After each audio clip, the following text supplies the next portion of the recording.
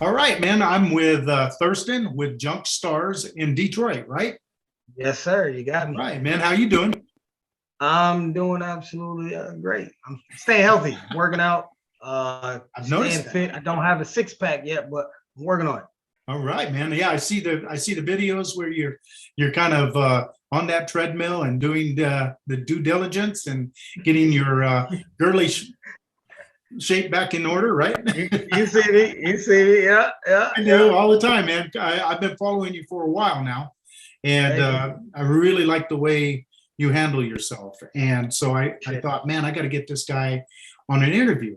So Thurston, tell me how you got into this. You know, Okay. let's start with the beginning. Then I'll ask you a couple other questions where you are and where you're going. But it's a fascinating story, and I can't wait to hear it. Okay. So let's maybe 15 years ago, if I want to date myself, I had a lot more hair then. I Yeah, see you still have yours. I'm proud of you. you You wear it have well. vintage hair jeans. I just went bald this year. I said I'm not fighting it anymore. I'm Amen. just gotta give in. I was changing my Ring camera's battery, and I went in and looked at the video by chance, and it caught the top of my head. I said, no, we're out of here. No, Yeah. I'm not gonna hang on. But so about 15 years ago, while living in Atlanta, a friend of mine, while I was at the studio working, playing around with music, writing music, and kind of in that realm in my life where I was focused on music heavy, he said, "Hey, you want to come work with me tomorrow?" I was like, "Yeah, okay. What do I need?" He said, "Do you have a license?" I said, "Yeah." So I went in to work with him the next day, and it so happened to be one of the companies that we talked about, 1-800 Got Junk. Mm. Now, prior to that, I knew nothing about the junk removal industry. I didn't know it existed. I didn't know that there were people out there making hundreds of thousands to millions of dollars picking up what was junk trash, or as we know, the infamous phrase, one man's trash is another man's treasure. No, Well, I got to break in here because I but believe it was Antoine, your man Antoine. yeah, yeah, I yeah. saw a video and I absolutely love this because it is in my world. It's like one man's junk is another man's treasure. And when he said these words, I just go, man, someone should put that on a T-shirt. And go ahead, you know the phrase I'm talking about. One man's bull treasure is another man's home. Home. What? What is he? What did you say? That's right. Whatever. It was Let's good run it. though, man. It's one of Yeah, those. yeah. Yeah. We started to call it Twan-isms. Yeah. So on that day, particularly, we had a bunch of stuff that came from other people. So I hopped into the junk removal industry just as a job, just as something to do, just as a way to make a little bit of money. And I quickly found myself in love with it, from an employee's perspective, though. And that was the treasure hunt, never knowing what I was going to find from day to day. And that fit my personality well because I didn't like the day to day, monotonous, repetitive, cubicle, corporate. Here's where I work. Here's what you do. Here's your maximum potential amount of money you can make and go home. I didn't like that. Um, my father was an entrepreneur. My mother was an entrepreneur. My godmother. So while working there, I said, okay, I saw some of the older guys who had worked there. I said, I could sell a lot of this stuff. And I then developed a business on top of that, which I encourage my guys to do. I have no issues with it. So I worked there for a few years. And then next thing you know, another company came into town, as a lot of us may know this company, College Hunks Hauling Junk. Yep. That guy put out an email. His name was Roger, to looking for someone to help him, get his company going, an employee. And I so happened to have junk removal experience, and I could help him get his business going and show him the way around town. So I did that. I worked for College Hunks maybe about 3 years, 4 years. But while there, I did master the art of running your own business in alignment with his business, to which he didn't mind. I was open, transparent, and I had a storage unit, and I called it Miss Yes. Now, Miss Yes stood for My Storage, Your Everything Store. I literally would collect, let's say it was a nice bathroom fitting and we went to do an eviction. I would take the whole bathroom, from the carpet to the soap dispenser to the soap tray, put it all together, and I had shelving in there. And I will always upsell. Let's say someone came to get a chair. Walk through my store, check it out. And I carefully documented everything I made in a year while selling on the side. We got cars, guitars like you have there in the background. Oh man, yeah. I found a picture signed by Babe Ruth, to which I had that run. Not. Yes, autograph. In the land of Hank Aaron? Are you kidding me? Yes, I had it verified. I had it ran through an auction house. And this auction house, I can't remember the name of it. They had a television show on Discovery Channel too. Yeah. So they ran that through there. I got a little bit of nice money from that after they took their fees or what have you. But I totally fell in love with the hunt. And I sent you a screenshot. College Hunk started their business. It was at the height of the crash, 2008, 2009. When everything went down. Yep. Yeah. So when everything went down, here comes this company saying, I'm going to start up. And what a lot of people don't or may not realize in the junk removal industry, even with the flows up in the economy and the flows down, there's always going to be a certain level of trash to dispose of, right? Yep. Whether we're going up or we're going down. So he got in when we were going down, which yields itself to plenty of evictions, a lot of turnover. So then I did work there for years, came back home to Michigan, and I worked for Chrysler, one of the big three. Here in Michigan, we have the big three. So I would have Chrysler, Ford, and GM. I worked for Chrysler, and I hated it. I hated it with a passion. I did several roles in there, leadership roles, logistic roles, and no matter what I did, having someone control my destiny didn't work for me. That was a union shop too, right? Union shop. Yeah. But having someone say, we need you on nights next week, you start on nights. So we need you on days 2 weeks from now, you start on days. Yep. I made good money and I had great positions, but the freedom and the flexibility that I needed, it didn't give me that. One thing I want to ask you, because there's got to be some things that you hit when you're going into business. It's not all, My Little Ponies and rainbows and stuff. So what were some of the things that you hit that you had to kind of maneuver around, maybe, figure a way out around it that wasn't this big obstacle that stopped you from, because it sounds like you're a man with a lot of drive. And so how did you handle those things and what were those? So one of the things I learned, one of the things I learned in hopping off into this industry, and that in any industry really, in entrepreneurship, one of the hardest things you'll have to overcome is having good help or finding good help. And I've had several people in and out, which is okay with me because I don't care I don't mind if people come in and consider this a stepping stone. Come in here, step with me, and go where you need to go. That's right. I like that. I want to see people raise and rise and do what they want to do. So that's the one thing that was some adjustments and accommodations had to be made. And I learned that when having employees, their problems become your problems. Yep. Right? Yeah, if they're having issues at home, they want to make them your issues. And trying to be accommodating, sometimes I do accommodate or make accommodations for them that you really don't want to do. Sometimes you don't want to do it. You say, as a man, you need to do X, Y, Z. But sometimes as a man, you also need help. And I don't mind being that help when needed. So that was one thing. Living here in Michigan, something you have to overcome is the weather. You're in wonderful Arizona where it's nice and sunny most of the time. Yeah. You're from two great. You lived in Florida. You're from great places weather-wise. Here, once the snow starts coming and once it gets cold, junk removal slows down. Yep. And I'll tell you this: it's mental gymnastics. It takes a toll because you go from depression to where you can't keep up on the phone. So when the phone just stops or slows down, rather, right? You go from 6, 7 jobs, 8 jobs a day to 2, but you're just happy to be out there. 5 years in, I learned from a buddy of mine who I consider a brother in business now. or just a brother in general, he said, take advantage of the slow times. Yeah. Take advantage of those rest.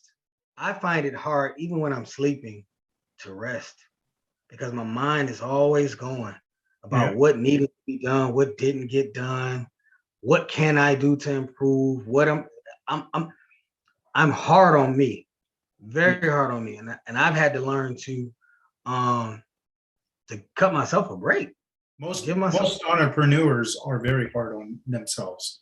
They take it personal. The whole thing is personal. This is your baby, man. You created this, right? Out of once there was nothing, and now we got this thing called Junk Starz. And when it's this big, it's one thing, but when it's this big, it's another thing. When it's this, and so everything is personal. And then you're worried about the people that are working for you because you have if not a love for them, you have a deep respect for them and you want to keep them fed. And so all that stuff is on your shoulders. It really is.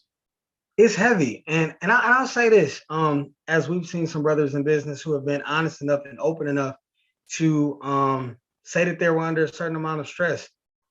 Being a young man, one in particular, I won't name him, but he spoke, he put out a post saying that, even although he's highly successful, making great money, and he has a lot of people coming to him for questions and answers, and he wants to help everybody, he still feels like he hasn't arrived or hasn't made it, or still feels some sort of low or emptiness. And the one thing I would recommend being an entrepreneur is make sure you take care of your mental health, right? Yeah. Make sure as well as your physical, whether it's communicating with a friend, someone who helps you process things, or going the professional route and getting a therapist and kind of just finding somewhere where you can get rid of your junk. That's excellent point, man. What a great way of putting that. Get rid of your junk, because all that is just spinning around, and we're hoarders sometimes in our own heads. Yes. You want it to be a business, and you got to run. And there's a difference. It's a difference in making $400 or $500 a day and saying, "Man, that's great money," but then you're back to the factory. But you're not building a business that can stand on its own, and where you can step away. If you want to go to Atlanta and visit, and you want that business to be able to stand on its own, and the people that you put in there, you want that to be able to be happening when you want and need that to happen. Absolutely, I agree. And the one thing I set out to do is I wanted to create a business, not a job for myself. Yes.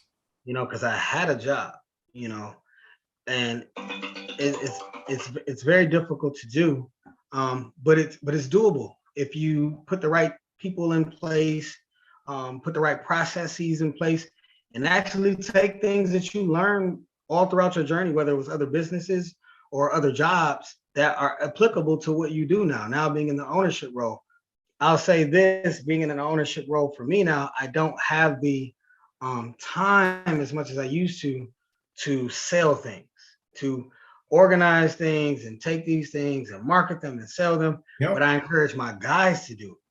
I say, hey, look, when we're slow, I can show you how to make $200-300 extra a week. Yep.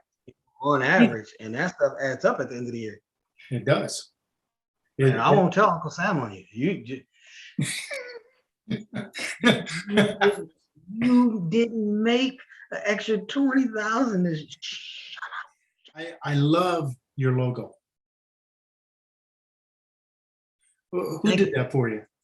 So I went the Fiverr route. Did you really? 5 years ago, I went the Fiverr route, and we drew up a rough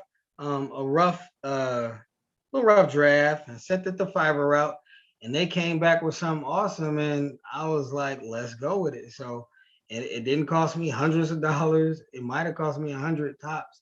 And ever since then, I've been running it. I'm now in the process of well, I wasn't going to do this a couple years ago, but I'm definitely going to do it now. I guess I'll just release it now to the public. There you go. That Junk Starz, the mascot, is coming soon. Yeah. So that's something. You'll find me on the streets. I'm going to have a news radio so I can hear where they are, and where there's some news happening. I'm just going to be walking by in the background, just waving at the camera. Oh, while they're that's brilliant. recording something. That's really Yeah. good. But yeah, I will be getting a mascot soon. They're expensive, but it's something I always wanted to do. Since we put the logo together, I want to have a big old mascot. You can't tell me it don't work. Look at every pizza joint in the world, man. They got somebody out there flipping signs or, dressed as a dog or whatever it is, man. It brings attention. And if you're having fun, if you can see, nobody wants to see the guy out, looks like a homeless guy and he's got, I want to see the guy out there flipping and I'm like, beep, beep, hey, they're fun. And guess what? You remember these people. I've seen some talented guys out there flipping those signs. Oh, I know. They're like master kung fu people, man. I don't know. Yeah. It's just like, well, how'd they do that? Well, one of the things you made mention to while we were chatting prior to having the interview is branding.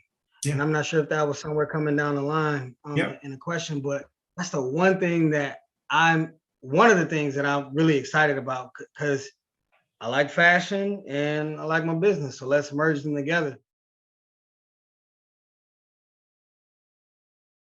And I'm big on trying to make and create things that aren't necessarily out there in the industry of business and what we do.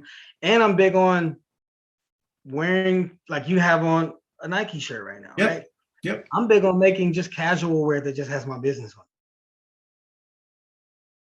It doesn't always have to be just work clothes, because when you're out with the family or when you're out doing something that's unbusiness related, but you feel good in a shirt that you design, not necessarily to advertise, but you are advertising. Absolutely. I like that. And as a matter of fact, I've had several people order some of my stuff, and I wasn't merchandising. That wasn't my intent. I was just making different stuff just for me to wear around. And they're like, nah, let me buy that hoodie. I'm like, okay. Look at Matt and JoJo out in California, man. They got a line, hauling and balling, right? I mean, hauling and balling. I love it. You don't look at the world like this. You're looking at it as like, it's as big as I want to make it. You're not looking for a piece of the pie. You're making your own pie. That's the difference, man. There's a finite thing. If you're going, I want a piece of the pie. I just want a piece of the pie. Instead of going, that's a really nice pie. I'm going to make my own. And then that pie gets designed the way you want it to be. It's a big difference. I always imagined or pictured my existence. It would be something that I created, as you referred to it as a pie, but something a pie that I want to eat, and a pie that I hope other people want to take part in and eat too. And I always encourage people, as everyone can't be an entrepreneur. I know we live in a world where we tell everybody to be a business owner, everybody to be a business owner. It's a lot of good things that come with that, and there are a lot of stress that come with that. But I just encourage people to find something that they can be passionate about. Find a way to live through that, and that's what I push for. Where are you at now? I mean, what's the size of your company? What kind of trucks are you using? I read on your thing that you have a crew of 6. Is that right? Yep. That's a nice size, by the way. So I have a crew right now. It's kind of cut down, slow, but we're actually ramping up. The phone is starting to ring a little bit heavier and higher now. And I have 5 trucks. And I have 10 dumpsters. So with those trucks, I have 2 trucks that are hook lift trucks. Those hook lift trucks. I hate you already, man. Get on the hook lift game. I'm telling you, it's a game changer. I'm telling you. I will be phasing out the other trucks very soon, but having those hook lift trucks, and for those that don't know what that is, it's a truck that has a hook on the back of it that allows you to pick up dumpsters and bins and kind of interchange throughout as you move throughout the day. What it also helps, another benefit too, is having that dumpster or hook lift truck. You can drop your can and then load items onto it, and kind of arrange your junk removal load and then move on. There's no lifting onto I don't care if you have a trailer or a truck. Yeah, there's no tossing up. You can walk it on. You got a big job, you drop the can, and that truck can leave and go pick up another can and move around. It I just was talking allows to you Bill Shump about that, and he does the same thing. It's all about just dropping it and letting it go. the logistics. The Yeah, logistics are great. exactly. So that's where the company is now. We have five trucks, and we have 10 dumpsters, and we have 6 people on deck when we need them. If not, if we need to go bigger, or I have a brother of mine called, his name is Dex. He has a company too. He doesn't post much, but he's huge. He's huge, and we work as a team if need be. Nice. When I first got out here in the industry, just kind of let me tell you a story about him. When I first got out here into the industry, I was looking for a truck, and I went to go buy this truck. I went to go look at this truck, and it so happened to be one of his older trucks. And I went to go buy it from his father, whose name is Dexter Sr. And I wasn't really interested in the truck. It didn't fit what I needed. But his dad, I was with my son, who was 3 then. And he was like, "Let me pray for you, son." So I said, "Oh, okay." So I grabbed hands and he began to pray. He began to prophesy and like talk him about already, man. Yeah, he just started to pray. And he had asked me throughout, once we finished the prayer, he said, "What you gonna do with your music, son?" I didn't know this man. Never met this man.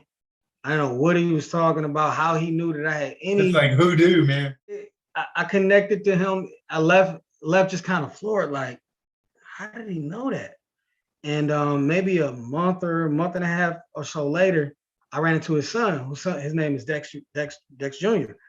And they were just a beacon of light. Now, I knew a lot about the industry, but I learned it in Atlanta. I didn't know where everything was here. I didn't know where the movements, where the movement and shaking was done here. When I met him, he accepted me and welcomed me in like a brother immediately. Gave me game immediately, free of charge. Here's this, here's that. Let me show you this. Once we got a good feel for each other, and he put me a year or 2 ahead of the game. And from that point on, we worked together too. When I went to a big job that I wasn't scaled for, prepared for, I called him on. Or when he went somewhere, he called me on. We made so much money together in the first year. And he was already 7, 8 years in. He didn't go to college. He went right out there into the entrepreneurism and entrepreneurialism. And it's a big word. Yeah, right. It's bigger than that even. Put the word here. Put the word there. Yeah. He went right out there in the business and was uber successful, married 2 kids. And I taught him something too about the structure of business and having certain things in order, certain things in alignment, branding. He learned something from me, and I learned a great deal from him. And one of the things I want to say in this industry, as you brought up, we were talking about a little bit earlier, in having people who are brand new to the industry kind of coming in and kind of lowballing and kind of doing things that kind of doesn't make it too great for us. Don't be so locked into not helping or not assisting or not guiding, because one of the things I've heard Ricardo say, that's somebody I was looking at too prior to me getting out there. I was just looking at him, seeing what he was doing with Junk guys. Out at DFW. Yep. Down in DFW. I got to get down there. But it's enough for everybody. He is crazy. He is crazy, right? Yeah. I Sorry, I gathered Ricardo, that. but you are crazy. I picked that up. I picked that energy up. He is a hustler. Mad hustler. Yep. Mad hustler. I commend him and respect him. I was even competing with him to a certain degree, 700-800 miles away. Like, nice. I can do it. It was internal, of course, but yeah, and that's one of the things that pushed me too. But don't be afraid to take someone up under your wing and kind of show them the way, if you have the time and the energy, because as much as you're helping them, they could potentially help you. Thurston, where do you see yourself? Like, I'm not sure if I heard this right, but you're saying, watch out, Atlanta. So what are you going? I know you must be missing the weather, because those foothills are awful beautiful, man. Oh my God. I know Atlanta well, so I miss Peachtree. Oh my God. That's where the money I is. watch my people who are down there. My mother lived there for like 30 years when I was young. Nice. But I plan on expanding to Atlanta. I don't have that hoodie on here, but some things have to be imposed and set in place here in Michigan to make sure that I'm able to cover both markets well. And that's something I'm learning too, how to expand into another market and not stretch myself too thin. I want to be careful from a mental perspective, how I move and making sure I'm not just moving um, just for monetary sake or things like that. Like, okay, let me just grow without taking care of myself mentally. But yes, you're right. I do plan on expanding into the Atlanta market. The one thing that I saw after visiting for several years, I saw how the guy who ran college truck hauling junk, how he went from one truck to like 10 trucks now, maybe more, I think I saw. And that was in the span of like 10 years. That's a And bigger market than where you are in Detroit. way bigger market, way bigger. I don't realize that Atlanta is not the biggest city, but it is the capital of the South. And the towns and municipalities that are around it, I think it's got to be over 6 million people. I think, Easily. And Metro Atlanta is expanding from what maybe 10 miles, 20 miles to 30 miles to 40 miles because they're growing so fast that what was Metro Atlanta, what we call OTP, which is outside of the perimeter, is just growing to 20, 30 miles outside of the perimeter is Metro Atlanta. And it's huge. So yeah, I do plan on going down and getting down there real soon and capitalizing as much as I can and growing. Meanwhile, maintaining the mental aspect of. So here you've it's interesting because you kind of have a story that's different than most of us. Like me, I'm like looking for something that I would enjoy, and oh, this looks good. Let me try this on. But you actually did it. Okay, I'll go work with you as a favor maybe, and then you fell in love with it, and then you learned the ins and outs with the guy who started College Hunks. You saw how he built it, and so how do you protect yourself though? Because you definitely want to make sure that name, which is a fantastic name by the way, Junk Starz, right? Thank you. And how do you make sure nobody else is grabbing that? Have you protected yourself, and is there a way of protecting yourself? Because I know Joseph Martinez does the same thing, type of, he wants his brand to be his and not, I don't want to show up in Atlanta and then find out there's Junk Star 2. That would really suck. Right. So interestingly enough, I'm glad you asked that question. I contacted my attorney last year. Albeit it might be late in the game to have done it, but I wanted to initiate the process to trademark my name. I found out the cost associated. I found out the time that it would take, and the process. I'm in the process of getting that ball rolling for what you just said, for what you just spoke to, because A, for protection, B, so many things that I'm trying to tackle every day. That certain things just can't be put to the back burner. And that was one of those things that I had to bring to the forefront and say protection is key. But to answer your question, trademark your name, trademark your logo.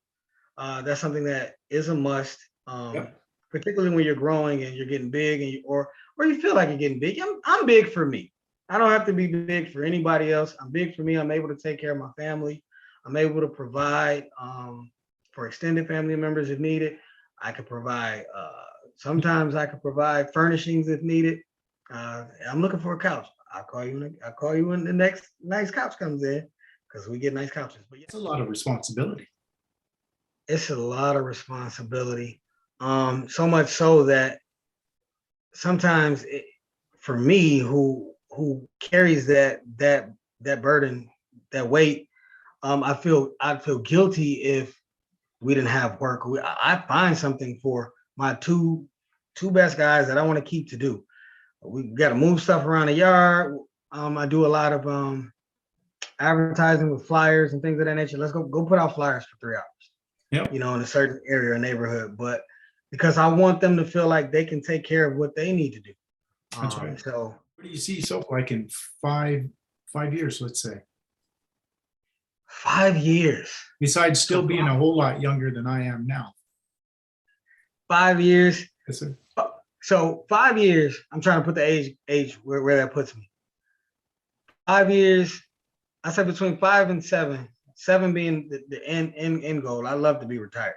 But that's all about how much effort I can put in, the right decisions that I make. But I'd love to, within 5 years, have at least 3 to 4 locations running within 5. Now that may be excessive in dreaming, but I have one now. I have 2 in process, so maybe 2 more locations. So 4 locations. Branding. I don't know. Maybe take Junk Starz, have Junk Starz gear line going or something. Yep. And just all in all, Gary, just being able to take care of my family is most important to me. Yeah. And even if any of those things never happen, even if it's just Junk Starz here and maybe one other location throughout my life, Your success. Yes, throughout my life, I just want to be able to take care of my family. Yeah. I want to take care of my family, take care of others that are close to me, and if in 5 years I can still do that, then I'm successful. Then I'm okay with that. I'm happy with that. So how many kids you have?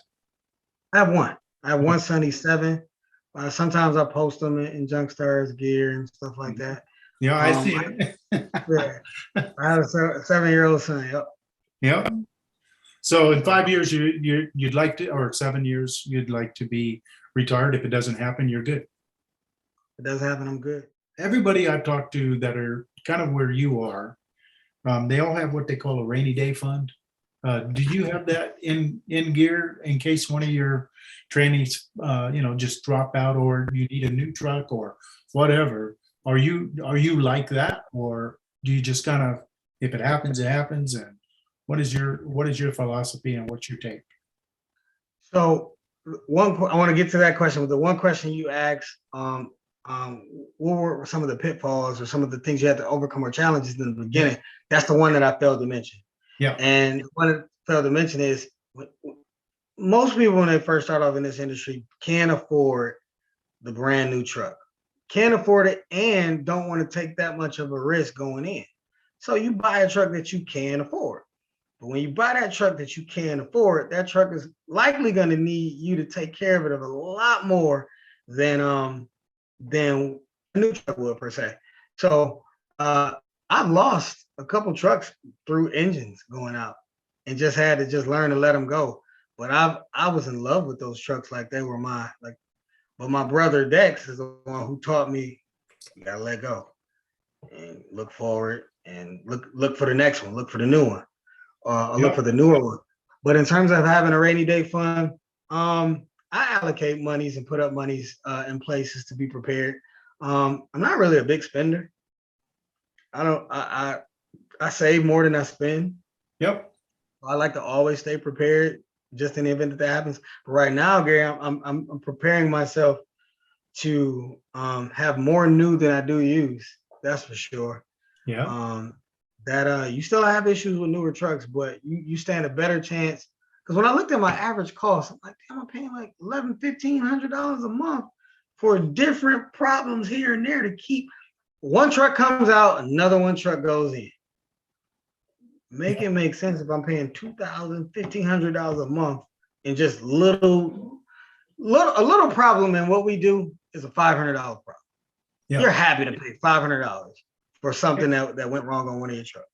Yep. But a real problem is $1,200 to replace these brakes, or $1,500 this line bus. Like, damn. I just did that, man. You know, almost $2,100. I had a header. I didn't want to, and I had a radiator leak, and then I had another leak up on top by the coolant, and all the belts were checked, and by the time it was done, it was $2,100. But guess what? I just paid it out, man, because I knew back here. Yeah. I can go get that tomorrow. Yeah. I can go get that 21 back tomorrow. I have an older truck, but that I treat like it's family. If something goes wrong, you haven't tackled the hoarder home yet? Oh, I've done Oh, I am fixing to put together my first job ever. And it was not only a hoarder home, it Oh, had roaches everywhere. You can see them on the walls. They had a oh, pot-bellied pig living in them, chickens laying eggs, crapping in there. oh, You oh, could not, every vent had sawdust because they had rabbits and stuff living in it. oh. That was my first in Florida junk removal job, and it was absolutely horrific. Oh, Absolutely, like, oh my God, it was like 6 loads. And you oh, talk about welcome to this world, and it's like, oh, so this is when it's bad. That was my first introduction, and then I had immediately 3 others like it, that's and it was holy smoke. The South can so. get nasty, man. You said it can get nasty. Oh, the South can get nasty. I Yeah. should have known it was in the South when you said pot-bellied pig and not likely in Arizona. Hey, question: do you? Because I sometimes watch hoarders on television just to, and I count the truckloads in my Yep. head. It's like how many truckloads there. Like I do the job in my head while I'm Yeah. watching it. Because for us, Wow, it's that's a just great idea. Hey guys, that's a great idea to learn how to price these out. yeah, learn how to price it. Walk through that house with them Yeah. and kind of price it out. Jobs like that. I'm sure you've done jobs with feces and Human other feces. human feces and other waste. Of course, you charge more for things like that. Yep. Sometimes you have to just straight up double your fee. Sometimes it's so bad that you just walk away. You don't have Mm. enough protective gear. I have done crack houses here um, where I really had to think twice because of the amount of needles. Oh, And we're just talking, they're melting. The spoons are everywhere. You know what I'm talking about. It's yeah. just like, okay, can I do this safely? Is the big question. Too Uh, much of a risk. so yeah, sometimes it really does get to the point where, one, is it feasible that I can do it? Number two, do you really want to? I was talking to Matt from Sonoma Strong. He actually was out here and he saw me one day and he beeps at me. And so we wound up getting together and talking. And he says he's in the position of taking what he wants and leaving what he doesn't want. Now that's power. And he Yes. also he also is in a position of taking off. He was here for almost 2 weeks, and nobody knows it in YouTube land, but he's in a position. He's put himself in a position of being able to run his company like a business. And so when he leaves, he can do the things that him and his wife want to do, and it doesn't get in the way. They built such a clientele that they get to do it. And if they don't want to shovel human feces, they don't. Another thing that's a measure of growth when you can say no. Now, when I first started, when I first got out there, the second year I look back at a lot of jobs that I would have said no to year 2 or year 3. Yes. Like, like why did I do that? But you learn to value yourself in a certain way, and know your worth and know what your company is worth and learn how to sell yourself and what you bring that the others don't bring Yep. or that is just not worth your time. So we Um, all kind of start out with like Daryl and his brother Daryl, right? We're just do yeah, anything for a buck. yeah, But where we want to be is somewhere in between that and got junk. yes, And so it starts that way. But if you're that way in 5 years, you're doing something wrong, yes, right? Wouldn't you I agree with agree. that? Yes, Yeah. yes. Because you don't even resemble your company. You probably don't resemble who you were when you started. No, no, you're absolutely correct. Yeah, in 5 years, if you're still not able to turn some things down that just I've had literally, my truck captain give an estimate of let's say $800 for a job, man. They say well, we got what, 200. Unfortunately, that's not going to work for us. We can't cut that won't cover our costs. Right. And with all the respect, maybe you can find someone else to do it, but we're gonna have to pass on this one. And yeah, if you're still sacrificing yourself, I'm giving up half of what you say you're worth or you think you're worth. in 5 years, then something's going on.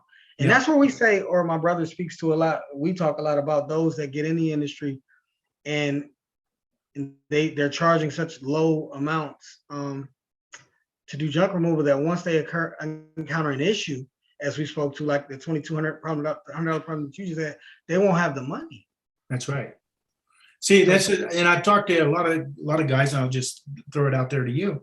And that is, I think a lot of people forget, and I'm blessed. I've been working for myself for over 30 years in one aspect or another. And one thing I know in the back of my head, that you have to make that ugly P word, profit. It's not about just making ends meet. It's not about anything else, but at the end of the day, you have to have excess. And I'm not talking just for the trucks. I'm talking about taking your family on vacation. I'm talking about being able to do the things you want to do in life, move up in a house, et cetera, et cetera, et cetera. We don't work for $15 an hour. And that mindset for people who have never done the other, that's a hard thing to kick. Because I mean, you start going, well, yeah, but I only made $15 an hour here, and here I'm going to make 20, and they're not thinking about the where. It's you buy a brand new truck, and it becomes, the IRS knows it. You depreciate it every year because it becomes worth less, right? You know this as a businessman, and so the reality is, eventually that truck is going to have to be replaced. That's the fact of life, and so you got to get enough out of that to make that happen. Let me tell you one of the things that I did when I first started too. Here when I first started my own. Now it's coming. I called 1-800-JUNK. Yep. And I called College Hunks, Holland Junk to do a job, just to see where their prices were, how they scaled, to kind of measure myself amongst them and how I would enter the market. I remember I called them out here to take a look at my garage or something in my house, and I had them come out. I had but I had them both come out so I could see where I wanted to be in the market, and where they were in the market, so I knew how to compete. Yeah. So I knew how to compete. Well, it's funny because when I was talking to Joseph Martinez, and I can't remember if I think it is on the video, he says shop your competition. He goes, you'd be a fool not to shop your competition. He goes, I make it a habit to shop and make a round throughout the year to different people that are in business. And that includes, these big guys, including the guys just like him, just to be able to shop and say, okay, where am I sitting? That's one thing I've learned to refer to them too, Gary, as clients. Yes. Not customers. Yep. I forgot who gave me that tidbit. I was like, oh, clients. You want to explain what the difference is on that? Go ahead. No, what is your... So my interpretation that a client is more personal. Yep. A client is more personal. They take pride in being connected to you as well as you being connected to them. And a client is someone you can look at as ongoing. It's a professional relationship, isn't it? Professional relationship. Yes, absolutely. Sir. Yep. That's exactly. That's a great point. So that's another thing I'm taking away from you, because I say customers all the time. I also, it slips sometimes, but it's a mind shift. And as soon as you said client, well, guess what? If I'm broken and I go to a physical therapy, I'm not a customer, I'm their client. If I go to a lawyer, you're not their customer. You are their client. It's a different mindset. So I appreciate you even bringing that up, because it is a different way of looking at the people that bring you income. You're looking at yourself as a professional businessman, a profession that is honorable, just like any other lawyer, you name it. You're offering a service that is, not everybody wants to do it. Not everybody can. No. And once you recognize that, that's how you value yourself more too. So you say, you know what? Not everybody can do this the way that I do it or the way that my team does it. I take a lot of pride when a client calls and gives praise to my team, or makes a review giving praise to the team. Now, it's not brain surgery, right? What we do is it's not mechanical. It's not like we're dropping an engine and putting a new engine in a car, but we approach it in such a tactical way too. When we're going out to a big job, we we have a system going. We move, we get in, we get out, we sweep. And sometimes I have to remind the guys, like, sweep up before you take the picture now. Don't send me a picture prior to the sweep. That's not an after picture. Yeah, I want to post these. Come on, man. Y'all know what we're doing. So we do sweep up after. Yeah. But yeah, I have clients that I've never met, Gary, that I've worked with for 3 years, 4 years. They send me a lockbox. I go over there with the key, give them an estimate for some of their properties. They pay me, and I've never seen what some of these people look like. Years. That's the amount of trust. That's relationship. See, that's beyond. It's beyond a handshake. It's beyond anything. It is all, and a lot of businesses do this every day. There are billions of dollars that are transferred into different accounts with people never meeting them. Why not this? Right? Mm-hmm. It's the same thing. It all comes down to whether or not you deliver what you say you're going to deliver. And if you do, the chances of you being recalled are fantastic, especially if you treat that customer, like gold, because that's what they are. Real quick, do you have a minimum that you charge, or will you go out for that 1 yard? I do, but the minimum is 3 yards. Yeah. Okay. My minimum is 119.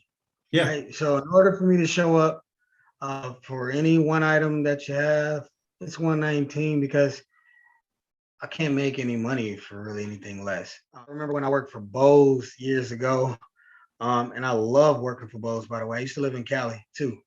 And I worked for Bose, and I recall some people would come in and try to negotiate the prices.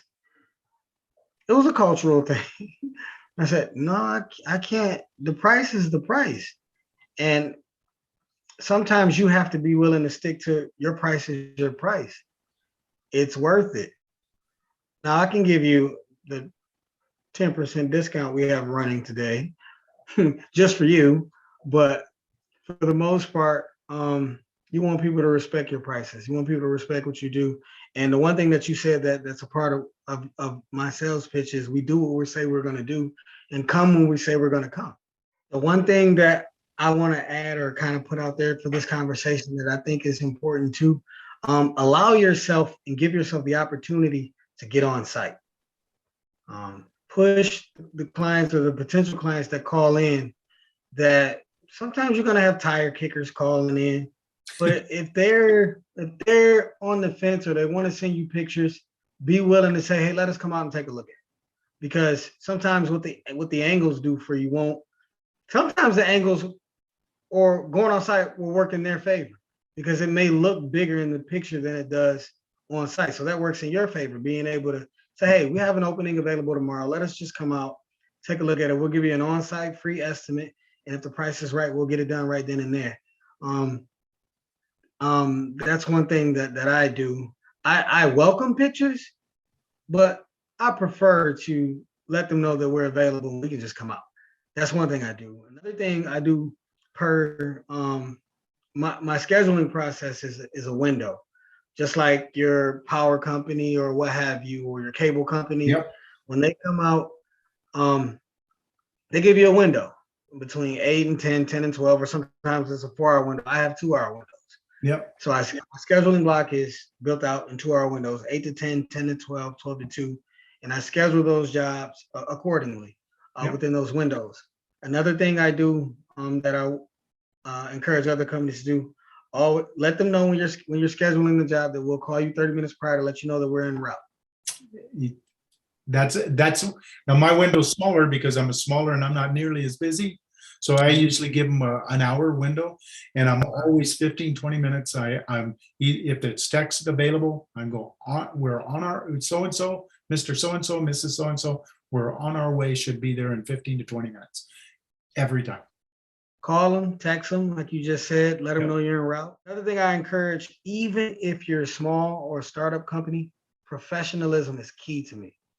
By professionalism, that means uniforms. Be uniformed. I remember when I went to a customer's house, a client's house, and we showed up, he was a realtor. We showed up clean, same color pants, same shirts. He was like, oh man, this is gonna cost me. But he was welcome. willing to pay, but he said it was going to cost him because of how we looked. Yeah. If you look like what you ask for, then you kind of command that price. You look like you're worth it. That's right. So look like you're worth it. Even when you bring a new guy on, or even if it's just a guy for that day, have some shirts available so he doesn't just look like somebody that you picked up off the side of the road to help you. That's right. Have shirts available for that guy to put on while he's working with you for that day. Dressing the part is all key essential to how getting the money that you want. You show up looking like Fred Sanford and Son, you're going to get Fred Sanford and Son world pay. Yep. But if you show up like Got Junk, I love Got Junk. They're the ones who made this happen. Okay, so no, I don't have any angst towards them at all. And so if you show up like them, in fact, my last video, and that's the thing, I saw this photo that had Brian Scudamore in I think it was 84, and in 2014. And 84, he had spray painted on his truck, his telephone number. He had this like mucking shovel, and he has overalls and a t-shirt on. Now we're talking this billionaire now, right? And if he isn't, he's real close.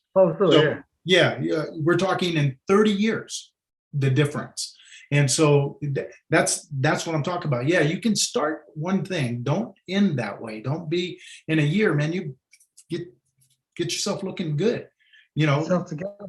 Don't be coming with crap in your hair and I don't allow it. Yeah. I don't allow it. Don't look that part, man. Look the part where a lawyer isn't going to come in wearing overalls and stuff. Why should you? You walk in and say, this is my price. And people respond to exactly what they see. And one of the things that I pride myself on, as well as being on time. So I was a minute late for this interview, but I was messing with the link. No excuse, but being duly noted. But that's nothing compared to what I did to you yesterday. Okay, no paybacks. But being on time is essential to me, and letting your client know, even in the next window, if you're busy on another job, call them ahead of time and say, hey, Mr. Johnson or what have you, we're running about 30 minutes late within your window, but I just wanted to let you know that we're still en route. We're on another job, finishing up that job. But just always exude a certain level of professionalism, and that will always take care of you. For the ones that matters to, and particularly the ones that matters to, they pay the money. The ones where professionalism matters, they don't mind paying because they appreciate it. They also give you reviews. They also give you reviews. Yeah. They also give you reviews. They're the ones, if you treat them so well, man, the last thing in their mind is go, man, how can I reward them? Oh, he sent me a Google link. And their first ones, man, not only were they this and that, but they were on time. They were sharp looking. And now all Google bots are going, wow, man, we like this guy. Let's just move him right up. And that's what it's all about right there. One bad review. And this was a very unreasonable client. She had a deep freezer. I wasn't on site, and my guys were kind of sending me text messages like it smelled like a body, seriously. And it was on the upstairs floor, and they were really like questioning what was going on in this deep freezer. But we took care of it. We didn't take care of it, but nonetheless. Man, you sounded like a cleaner now. We'll take care of it. Nonetheless, she called us and she complained and she made a review. And that's the one time that I learned that even when you try your best, you're not gonna always make everyone happy too. No. Everyone is. I learned that. I had to learn it. I'm thinking I can make everybody happy. Just everyone won't appreciate what you do, but still maintain that as your core. Your core essentials for your company, but everyone won't appreciate it, but you make sure that you value it so much so that your employees are extensions of you. That's right. Bill from Holloway, on his interview, he said something that is just stuck. And these are things that I put into my business. And that is, not everyone's going to be your customer. And you don't want all these people to be your customer. Man, if you go in, you got a bad vibe, man, trust your gut. because not all of them fit you, right? No. There's some people you just go, no, I'm Gary, sorry, I had to that'd be learn. $900 for a $200 job. I Just had to no. learn. Certain people, you get a certain energy on the phone with them. I had a lady. She wasn't my client. Another friend, a family member of mine who has a company. He couldn't get to her. He was running late or whatever. But so I called her. He wanted me to see if I could pick it up. So I called her, and she wanted it done like now. Like it needed to come now. And her attitude was so demanding and so to the point where like she put me on hold and didn't want to communicate. But needless to say, I didn't want her. Right. I don't want you to want me. I don't want you because your attitude is way too. It's not gonna go well. You have to know when this might not go well. No matter how well you try to do, how high you perform, she's not gonna be happy. No. And here you are doing a favor, and she don't get it. She don't get it. And she's just like, well, why aren't you here now? You know, I wanted you here yesterday. And it's like, lady, I don't even you don't even talk to him like this, but it's going to, you're talking mental. In your mind. Oh my God, you're going, how do I, it's like waking up with the wrong person, man. You start chewing off your arm, right? And it's just like, oh man. And it's that way. So I love when Bill said that because it clicked. It's like, no, wait a second. Not everybody is yours and you don't want them anyway. You don't want everybody. I second what Bill said. I agree. I'm gonna let Thurston deal with that one, man. Right. So you gotta pass that along. Pass that down the pipeline. Don't pass it right on, man. Junk Starz is that's the one you want. Oh, just the last thing here. If you were to, because a lot of people will watch this and they want to be where you are. Heck, I want to be where you are, right? And there's a lot of work that's involved. And if you could give a piece of advice to maybe somebody who's got a non-dump trailer or just starting out, regardless, what would that advice be? Don't be driven by fear. Be driven by confidence. Be driven by your belief in you. Don't be driven by being fearful of what could or what might happen on the worst side of things. Believe in yourself, apply the right applications or what have you that you need to put in process and just go. If I was driven or led by fear, as I was connected, working in the plant and a lot of people, when I worked in there were a lot of people that been in there 15, 20 years and it went by like a blur. That's what they said. And they remember saying that they were leaving in 4 years, that they were leaving in 3 years, that they were going to leave in 2 years or what have you. That was their plan. Institutionalized. Yeah. They never could get out of it. And that scared me more than the security of having that. Yeah. And they said, why don't you just stay here and do both? I tried that, Gary, for like 2 weeks. Like to man the phones and to have a trucking company going on out there. Missing too many calls, too much money. Like we're talking about making a week's check in like 2 hours.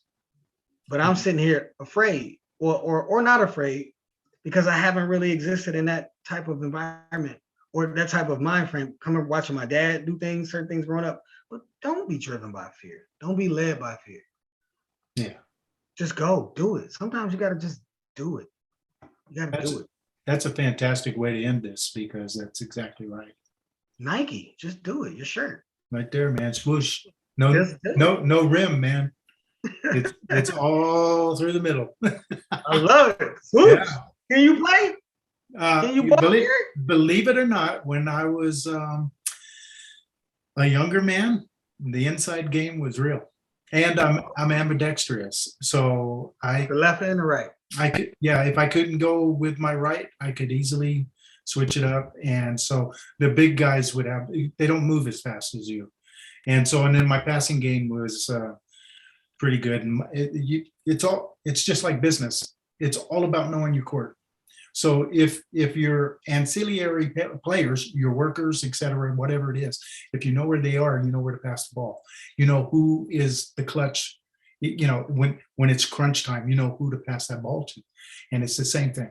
It's the same thing in business. It's pretty simple, man. I love it. It's not rocket science. No. Go out. Thank you for having me, Gary. I really appreciate it. We've been communicating, I don't know, for a while now. About 4 or 5 months solid. Yeah. Every now and then. I love what reach you're out. doing. Yeah. And I appreciate you. And I know people are going to get a lot out of this. And I appreciate your wisdom, your time. I really do. Thank you, man. Thank you. Appreciate you. Vice versa, man.